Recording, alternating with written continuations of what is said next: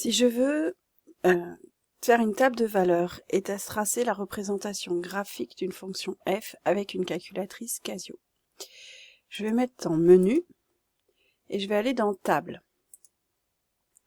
Ici, je vais rentrer ma fonction. Donc ma fonction, c'est 2 fois x au carré. Donc le x, il est ici. 2 fois x au carré, moins 8 fois x. Je mets bien les multipliés entre les nombres et les lettres. Plus 3. Execute, entrée. Donc la fonction, elle est validée, elle est activée.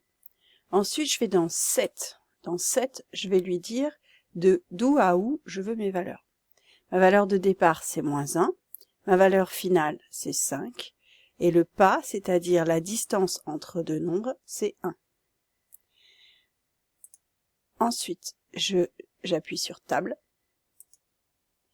Et là, je vois s'afficher toutes les valeurs. f de -1 égale 13, f de 0 égale 3, f de 1 égale -3.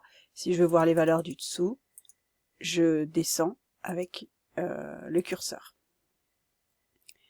Voilà comment on affiche une table de valeurs. Ensuite, si jamais je veux tracer la représentation graphique de la fonction. On a vu que pour définir la fenêtre, il fallait lui donner xmin, xmax, ymin, ymax, c'est-à-dire la plus petite valeur de x, la plus grande valeur de x, la plus petite valeur de y, la plus grande valeur de y. La plus petite valeur de x, d'après mon tableau de valeurs, puisque la fonction est définie sur -1, 5, je vais prendre -1, 5. Pour y, je recommence, j'ai dû appuyer trop. Pour y, j'ai vu que ma valeur maximale, c'était 13, et ma valeur minimale, c'est -5.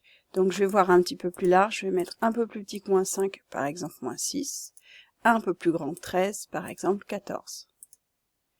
Ensuite, je vais appuyer sur Graphe. Donc je retourne. Alors pour avoir Graphe, je vais dans Menu, et je mets sur Graphe, c'est-à-dire 5. Draw, c'est-à-dire dessiner.